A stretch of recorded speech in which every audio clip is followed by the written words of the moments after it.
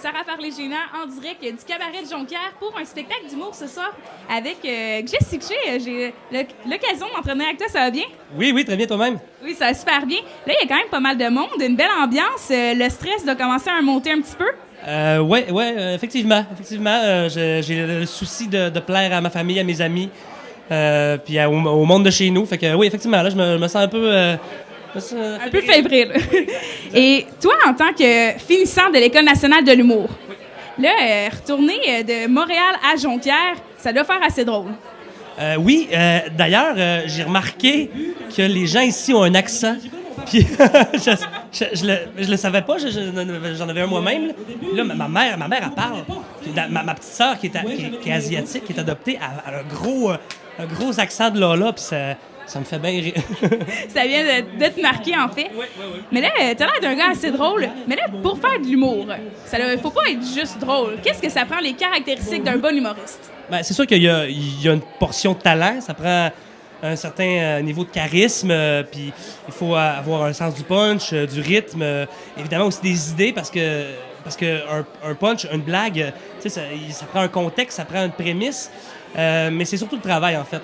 C'est du travail, puis on écrit des jokes, mais il y en a une sur 10 qui est pas pire, puis il y en a une sur 10 de ces jokes pas pires-là qui est bonne, puis il y en a une sur 10 de ces jokes-là qui est excellente, là, t'sais. Fait que c'est du travail, de l'écriture, puis on abandonne des gags, on va de l'avant tout le temps.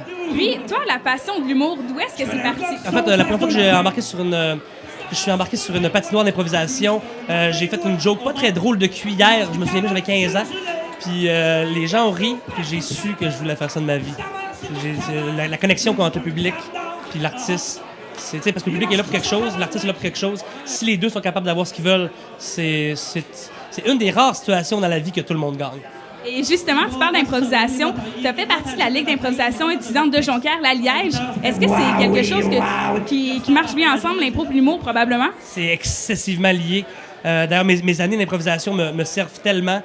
Si un gars dans un bar un peu éméché me lance une pointe, ben, du tac au tac, je suis capable de répondre. Puis de cette façon-là, c'est beaucoup plus facile aussi de mettre le public de son bar.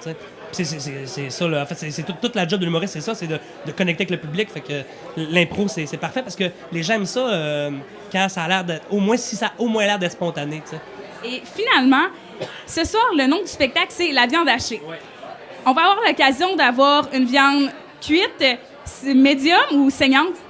C'est une très bonne question, Sarah. Je dirais qu'on a plusieurs pièces de viande. En fait, on a 8 avec t'incluant. M'incluant, voilà. Donc, on a 8 belles pièces de viande différentes, cuisson au goût du chef. Je pense qu'on va s'adapter au goût de la place. On va avoir du filet mignon, on va avoir des côtes levées, du poulet barbecue. Toute la boucherie au complet. On va avoir, c'est ça, on va passer à la boucherie. Hey, ben merci beaucoup, puis bon spectacle. On a hâte d'écouter ça. Ben, merci beaucoup. Donc, c'était pour la cerise, une petite interview avec un humoriste de la relève, avec Jessica. Si vous avez envie d'en découvrir plus, rendez-vous au webmagazine lacerise.ca pour toutes vos actualités culturelles, beauté et techno.